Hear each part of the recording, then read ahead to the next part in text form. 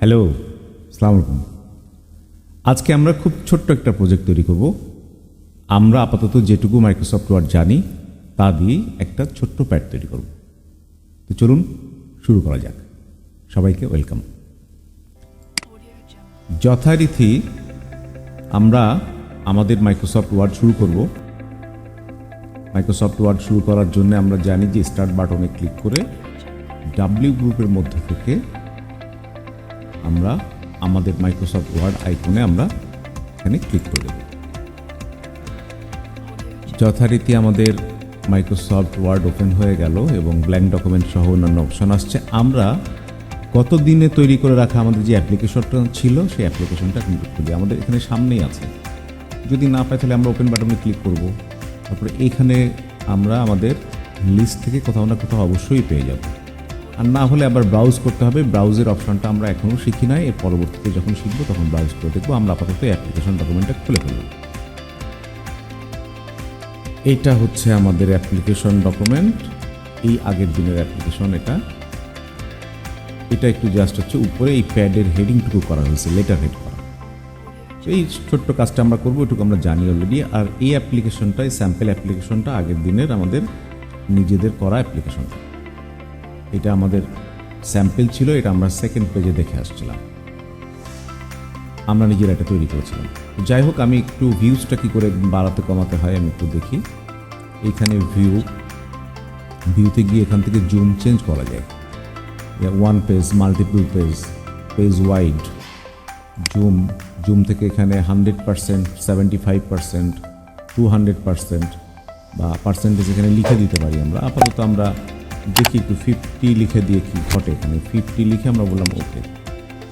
এখন 50%-এ আমরা দুটো অ্যাপ্লিকেশন লেখা আছে, একটা লেটার হেড সহ, একটা লেটার হেড ছাড়া। আমরা নিশ্চয়ই এটা দেখতে পাচ্ছি যে আমাদের এটা আগামী কতদিনের করা।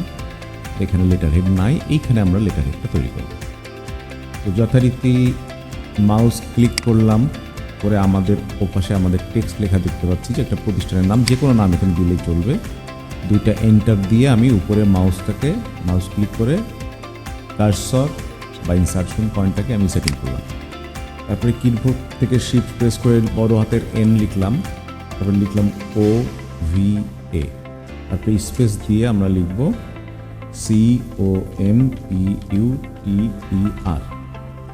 এইটুকু আমাদের লেখা হচ্ছে। এখন একটু ভিউজটা আরেকটু বড় করে নিই, সামান্য একটু। হ্যাঁ, এ পর্যন্ত নিতে পারি আমরা।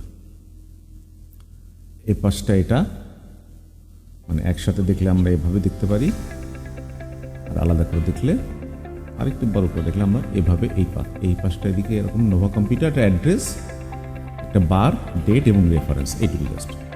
তো এইটুকু আমরা লিখে ফেললাম নোভা কম্পিউটার। এরপরে এন্টার দিলাম, যে কোনো একটা অ্যাড্রেস লিখি। আপাতত আমি লিখছি এখানে স্যাম্পল যেটা আছে সেটাই লিখি।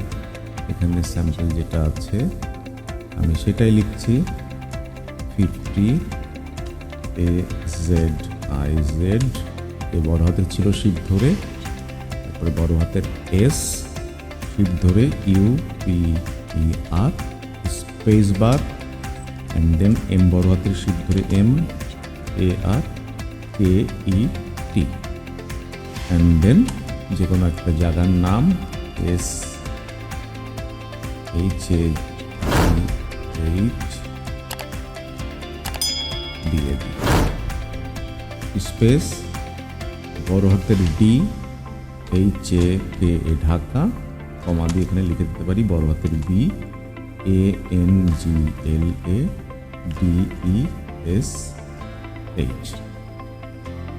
এখন ব্যাক স্পেস দিয়ে আমি মুছে ফেললাম, বানান ভুল ছিল, H। তারপরে আমি এন্টার প্রেস করি, করে একটু ফাঁকা জায়গা রাখতে পারি এখানে একটা এন্টার। তো এই ফাঁকা জায়গাটুকুর জন্য আমরা কিবোর্ড থেকে 1, 2, 3 বার ইকুয়াল টু সাইন দিলাম, দিয়ে আমি এন্টার প্রেস করলাম। আমার বরাবর এই রেখাটা চলে আসছে। এখন আমরা এখানে লিখব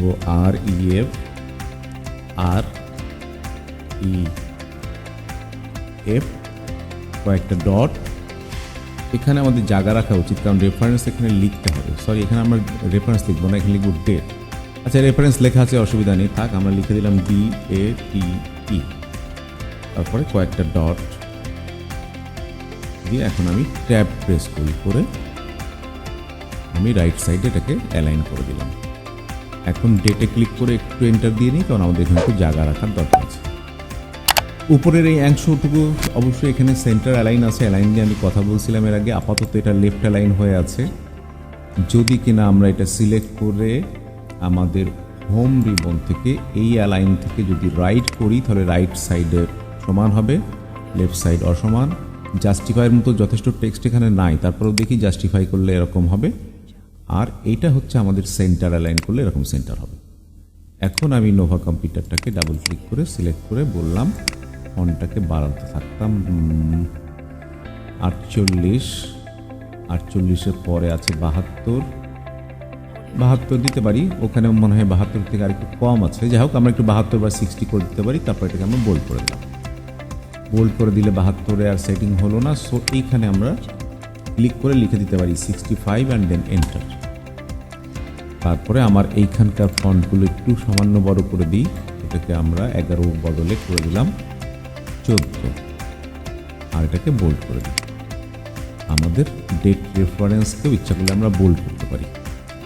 তো যাই হোক, আমার মনে হয় প্যাড তৈরি করা, এবং এটা খুব সিম্পল একটা প্যাড। আমরা অনেক সুন্দর করে এরপরে আমরা যেহেতু এখনও পিকচার আনা শিখি নাই, আমরা শেপ আনা শিখি নাই, তো আমরা একটা প্যাডের বা একটা বিজনেস কার্ডের ডিজাইন যখন করব, তখন আমরা অবশ্যই অনেক ধরনের ছবি, শেপ এবং অনেক ধরনের কালার ব্যবহার করে অনেক কালারফুল প্যাড তৈরি করব, অনেক কালারফুল বিজনেস কার্ড তৈরি করব, এগুলো আমরা তৈরি করব।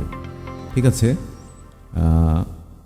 এটা ছিল আমাদের আজকের প্রজেক্ট। এটাকে আমরা সেভ করে রাখি, পরবর্তীতে আমাদের এটা কাজে লাগতে পারে।